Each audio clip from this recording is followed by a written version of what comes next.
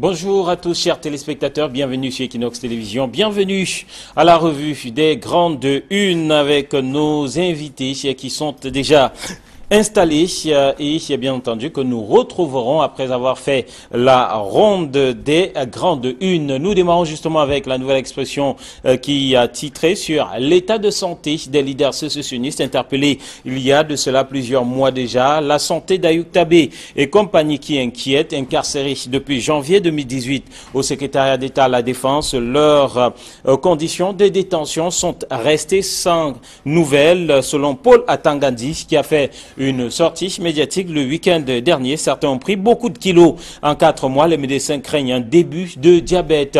Le journal La Nouvelle Expression qui est allé donc rencontrer des médecins. Ceux-ci s'inquiètent déjà du fait que des médecins tournent autour de ces leaders sécessionnistes 3 à 4 fois par jour, comme le dit le ministre de l'administration territoriale, ce qui, pour ces médecins, est un signe de santé précaire, car, disent-ils, un homme normal n'a pas besoin de voir les médecins tourner autour de lui 3 à 4 fois par jour. Les médecins qui arguent aussi du fait que s'ils ont pris autant de kilos, près de 20 kilos pour certains en ces quelques mois, eh bien, ça veut dire qu'ils s'exposent à des maladies cardiovasculaires et aussi à des maladies comme le diabète. Finalement, une sortie qui fait plus d'inquiétude qu'elle n'apporte des assurances au sein de l'opinion publique. En dehors de cela, l'on trouve dans ce journal La Nouvelle Expression cette affaire d'escroquerie et ce chef d'entreprise qui est le poste de président de la Panthère sportive d'Undé qui est accusé par un partenaire d'affaires au motif d'escroquerie et abus de confiance, François-Jules Famawa, qui est donc devant la barre. Le marché du sucre avec l'équation difficile de la production. Des informations issues du conseil d'administration ordinaire de la Sosucam tenu il y a quelques jours suscitent encore bien d'interrogations. Le journal qui reste sur la crise anglophone avec Maurice Kamto qui n'en veut plus. Le président du mouvement pour la renaissance du Cameroun dit qu'il faut arrêter le bain de sang.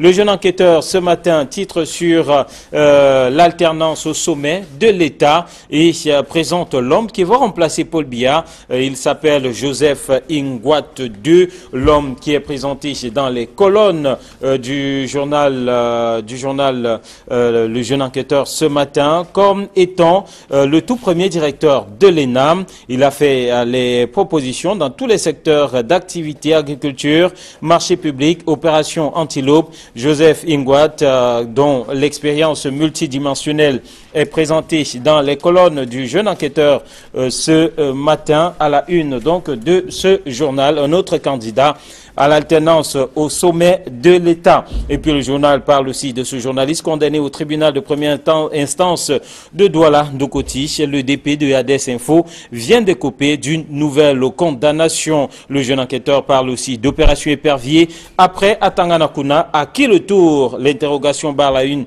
de ce journal, la petite une de ce journal, qui présente donc quelques autres éperviables, notamment David Koto Emmané et la mutation téléphonique. Jean-Louis Bemengue qui est englué dans l'arrêt des ventes, ou encore Robert Kelly, voracité autour des MA 60, c'est à dire donc dans les colonnes du jeune enquêteur. Cameroun Tribune ce matin s'intéresse aux agents fictifs de l'État. Cameroun Tribune qui fait donc savoir que le ministère des Finances lance la traque afin de s'assurer donc que chaque personnel de l'État qui perçoit le salaire est en vie et travaille. Le ministère des Finances lance dès le début du paiement des salaires du mois d'avril 2018 une opération de comptage physique dans les banques. L'opération durera 3 mois. 3 mois donc pour traquer ces fonctionnaires fictifs. Le messager, lui, abonde dans le même sens. Fichier solde de l'État à la une. Sale temps pour les fonctionnaires fictifs. Une opération de comptage physique des personnels l'a lancée ce mois d'avril par le gouvernement. Objectif, expurger le fichier solde de l'État de tous les agents publics y émargeant irrégulièrement. Et le journal de s'interroger avec cette question autour d'une énième initiative, puisque le journal fait savoir que que plusieurs autres initiatives allant dans le même sens ont été lancées par le passé, malheureusement sans grand succès au finish, puisque les fonctionnaires fictifs ont tout simplement grossi en nombre au fil du temps. Le Sénat à la une aussi du Messager, perchoir, pas gagné d'avance pour Niad Difendi. La session de plein droit qui s'ouvre le 24 avril devra constituer le bureau de la Chambre. Le sort du président sortant est au cœur des enjeux de l'actualité. Toujours dans les colonnes du journal Le Messager, transport aérien, l'aéroport international de Douala sous la menace d'une fermeture. Un an après la réception des travaux de rénovation, l'aviation civile internationale recommande à nouveau de fermer cet édifice à cause de son état de délabrement très avancé. Le journal Mutation, lui, s'intéresse ce matin au sénatorial 2018. Avec à la une donc cette interrogation, où est passé le financement public? Le journal qui fait savoir que les 200 millions de francs CFA dédiés à la campagne électorale n'ont toujours pas été virés dans les comptes bancaires des partis politiques en compétition dans le cadre de ces élections sénatoriales. L'enquête est menée par Mutation ce matin au ministère de l'administration territoriale et au ministère des Finances pour comprendre ce blocage. Info Matin parle ce matin de lutte contre les agents publics fictifs. La mafia déclare la guerre à Motazé. Le ministre des Finances lance dès la fin de ce mois une opération de comptage physique des personnels de l'État. À la une donc de Info Matin, inadmissible pour les réseaux de faux, nous dit Info Matin, qui déjà s'organise pour lui faire la peau. Importation du poisson. Luc Magoulambarga Tangana, victime d'un procès en sorcellerie, nous dit Info Matin, alors qu'il a établi que le ministre du Commerce ne délivre pas les autorisations d'importation de ce produit. Certaines chapelles, au lieu de faire leur mea culpa, s'enfoncent plutôt dans la manipulation. Le quotidien de l'économie, lui, parle ce matin des ressources naturelles et propose un grand dossier sur les grandes dérives de l'exploitation minière au Cameroun. En l'absence du décret d'application du code minier promulgué en novembre 2016 par le président de la République, les manquements se multiplient dans les chantiers contrôlés à grande majorité par des étrangers. Le quotidien de l'économie qui revient sur une année particulièrement triste dans l'exploitation minière dans notre pays. Et puis le journal La Seine, pour terminer, qui a fait un décryptage ce matin sur une personnalité, le ministre de l'administration territoriale, présenté comme un phénomène, le phénomène Paul Atangandi, le très bilingue Bamenda Boy de la Biacratie, premier espion attitré donc à écouter en sa qualité de secrétaire permanent du Conseil national de sécurité, tombé officiel du chairman du SDF de sa forteresse politique du Nord-Ouest, est un personnage ondoyant et divers, tel que dit le journal La Seine, qui ce matin propose donc un dossier sur l'homme Paul Atangandi. Et nous sortons donc de cette visite ou cette revue de ces grandes unes pour donner la parole à nos invités déjà à présent. Camille Nélé, bonjour. Éric Magalzomo, bonjour. Bonjour téléspectateurs d'Equinox Télévision. On comprend qu'après cette lecture fleuve de journaux, vous devez être un peu essoufflé. Allez, ça va. Casimir Désiré, bonjour, bienvenue. Et pour que vous soufflez donc justement Éric Martial, je voudrais commenter une que vous avez lue tout à l'heure. Où sont passés les 200 millions de francs CFA de la campagne électorale qui était destinée à l'élection sénatoriale? Ça rentre dans la dette intérieure. Ça rentre dans la dette intérieure. Aujourd'hui, même si on débloque cet argent pour donner aux partis politiques, à quoi ça devrait donc servir alors que la campagne est déjà passée? Bon, ils ont ces partis politiques ont ça c'est typiquement camerounais. Il y a d'autres élections qui arrivent, soyez pas pressés. Allez, on démarre ce matin. Chaque élection a son financement. On peut faire un report à nouveau.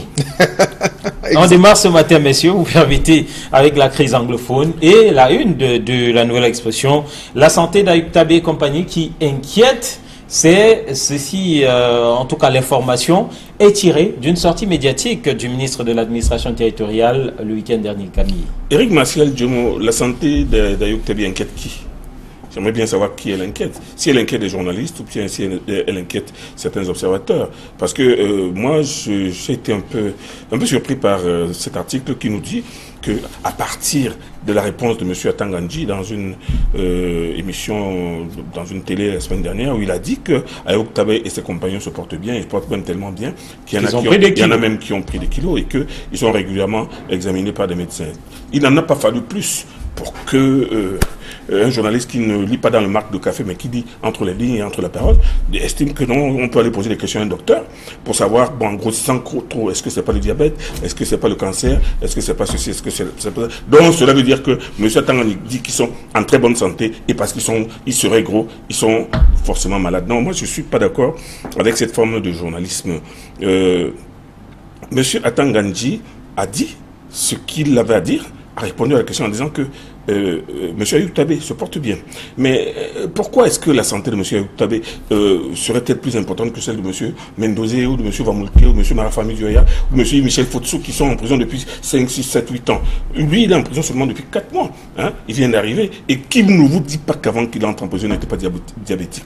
Moi, je pense qu'il ne faut pas les lire entre les lignes pour ouvrir une polémique qui n'a aucun sens. Ayoub Tabé est en prison.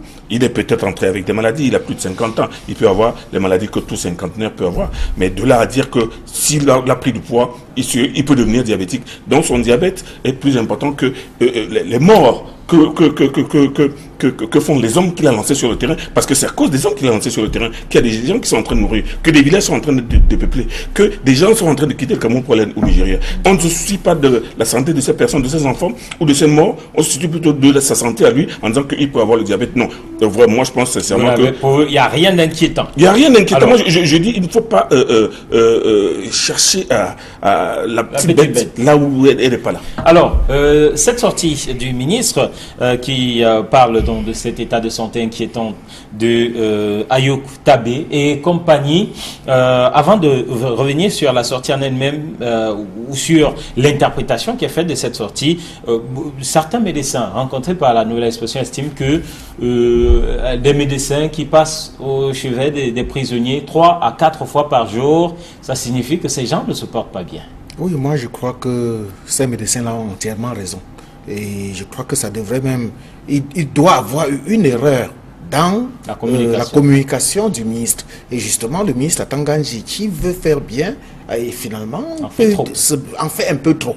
Moi, je crois qu'il en fait un peu trop, parce que quand un ministre de l'administration territoriale annonce que les médecins passent 2 à 3 fois au chevet. 3 à 4 fois par jour. Mais ils sont 57, monsieur. Oui, mais 2 à 3 fois au jour. Ça veut dire qu'il y a des choses qui ne vont pas. On se soucie de la santé. Et puis Camille, je me pose toujours la question. Qu'est-ce qui empêche au gouvernement de montrer le visage de ces sécessionnistes qui ont été arrêtés pour que nous aussi on juge?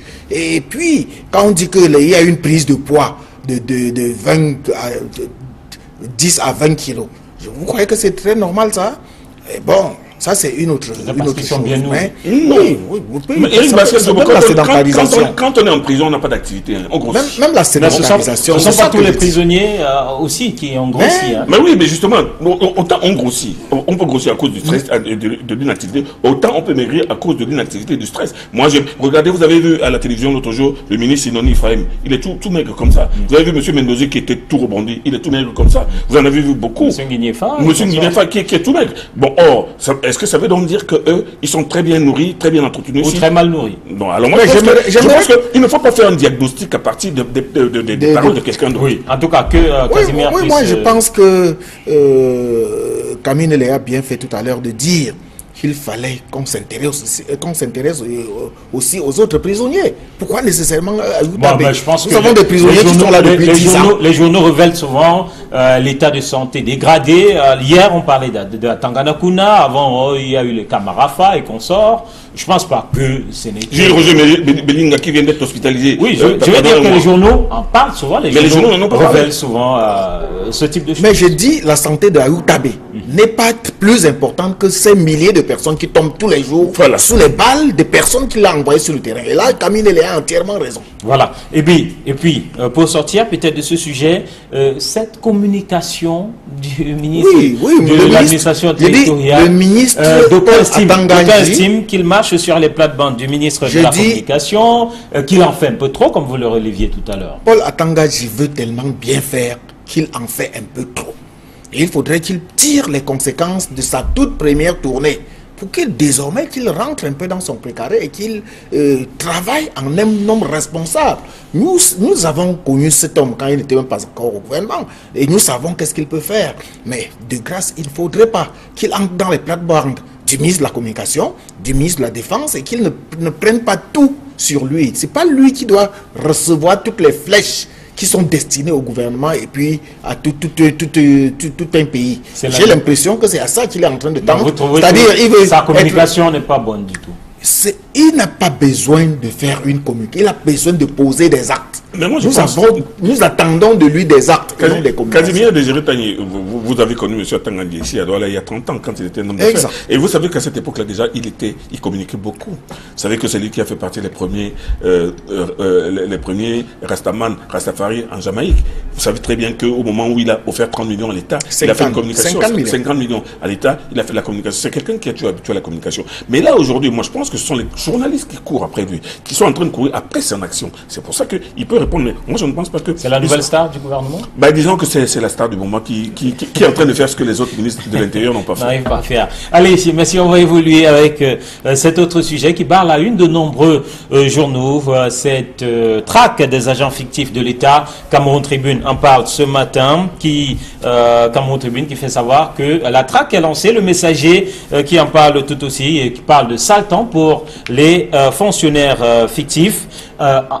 Certains diront enfin peut-être la vraie opération qui va finir par traquer et attraper, mettre de côté ces fonctionnaires fictifs dont le nombre grossit au fil des années. Mais moi je dis que c'est la stratégie de plus, ce n'est pas la première. Depuis une vingtaine d'années, pratiquement une trentaine d'années, le gouvernement s'est perdu en ingéniosité pour essayer de traquer les fonctionnaires fictifs. Et le gouvernement, tous les membres du gouvernement savent ce qui se passe. Il y a des fonctionnaires qui ne travaillent pas, mais qui perçoivent des salaires. Il y en a qui sont retraités, mais qui perçoivent 2 ou 3 salaires. Il y en a qui sont morts, mais dont les salaires sont perçus. Et on a tout essayé. On a essayé même toutes sortes de systèmes informatiques. Bon, aujourd'hui, je souhaite bon vent à M. Moutazi, qui veut peut-être essayer notre stratégie par le comptage physique. Mais même ce comptage physique-là, lui-même aussi, certainement qu'il pourra trouver des limites. Donc moi, je dis que c'est une bonne initiative. Il faut quand même que quelqu'un prenne le taureau par les cornes. Beaucoup d'autres ont essayé avant lui. Ils ne sont pas arrivés. On lui souhaite bien du plaisir et surtout on souhaite qu'il réussisse. Mais seulement, il dit que cette opération va durer pendant 3 mois. Bon, 3 mois, moi je pense que c'est un peu court. Avec les milliers des dizaines de milliers. Les dizaines de milliers de faux fonctionnaires qu'il y a au Cameroun, il va falloir faire le tour de toutes les régions, de tous les départements. Non, ça va pas être une petite opération qu'on peut régler en 2 tours de cuillère à peau. Ça va être difficile. Et moi, je pense que si au moins il va jusqu'au bout d'une stratégie qu'il n'a certainement pas eu le temps de penser. Et qu'il détecte même simplement un bon nombre, ce sera déjà un pas. Ce sera déjà un pas, mais on verra bien. Et le Messager qui pose la question, des questions autour de cette énième opération, Casimir. Vous avez bien fait de dire cette énième opération, parce que nous avons connu des opérations antilope, nous avons connu toutes sortes de CJPS et autres. Et puis on ne nous a toujours pas donné le compte rendu, le rapport de toutes les autres opérations. Et c'est vrai, il y a des fonctionnaires fictifs, il y en a même qui sont décédés, mais qui continuent à percevoir de l'argent dans les caisses de l'État. Mais ce que je dis, c'est que le ministre Paul Moutazi n'a pas besoin de faire tout un tralala, n'a pas besoin de faire tout un tambour et trompette autour d'une opération, somme toute positive, somme toute réaliste. On peut simplement organiser le comptage physique sans faire un tambour. Parce que lorsque vous faites un tambour, justement ceux-là qui ne sont pas en ordre se mettent en ordre rapidement pendant les 3 mois. il y a des personnes qui sont pratiquement à l'étranger, qui ne travaillent plus, qui ont même démissionné de leurs fonctions. Ils ont le temps de venir pendant ce petit bout de temps, comme Camille a dit que c'est très court, pendant 3 mois, hein, c'est facile de gérer, et puis on revient, on se présente, on se pointe, et le temps de faire le pointage physique, parce que l'opération s'appelle cette fois le COPE, c'est-à-dire comptage physique du personnel de l'État. Donc je dis, on n'en avait pas besoin. Lui, Paul Moutazé, n'en avait pas besoin, il n'a pas besoin de faire tout ce tralala, tout ce tambour-là autour de cette opération-là. Éric Martial, on avait eu des comptages électroniques hein, avec les CGPS, avec CGPS 1, 2, 3 et tout ce que vous voulez. Aujourd'hui, c'est un comptage physique. Il va être manuel et puis je vous assure que pour faire ce comptage physique, il va falloir... Plus de 3 mois. Il va falloir que l'État embauche des jeunes. Il va falloir que ce ne sont pas les mêmes fonctionnaires qui vont faire ce travail. Il faudra un personnel supplémentaire, un personnel d'appoint qui va faire ce travail. Donc, moi, je dis qu'on va certainement sortir de l'argent. Mais ce comptage physique-là vient s'ajouter à d'autres comptages. On a eu des comptages informatiques. On va voir si le comptage physique va être plus rentable que le... Mais Camille dit que ça va se passer dans les banques, dans les microfinances. Donc, là où il va utiliser le personnel, la banque, dans les microfinances, où les fonctionnaires sont spécialisés et margés. Voilà. Mais j'ai dit, il y a quand même des petites réserves à émettre. Pas tout. Moi, je pense qu'il faut aussi commencer par là où ils sont employés. Parce que c'est pas tout d'aller prendre, d'aller les attendre au guichet. Il faut aller savoir s'ils sont en poste là. Parce qu'ils sont en poste où pour qu'ils aient touché. Parce que c'est trop facile d'aller les attendre à la caisse. Non. Alors, messieurs, on va évoluer très rapidement. Je voudrais que vous puissiez dire un mot sur cette menace de fermeture, une fois encore, de l'aéroport international de Douala. Oui, le Cameroun a ses spécificités. Hein, et vous allez voir que l'aéroport du Cameroun venait à peine d'être réaménagé, d'être... En partie. Les infrastructures, en partie c'est vrai.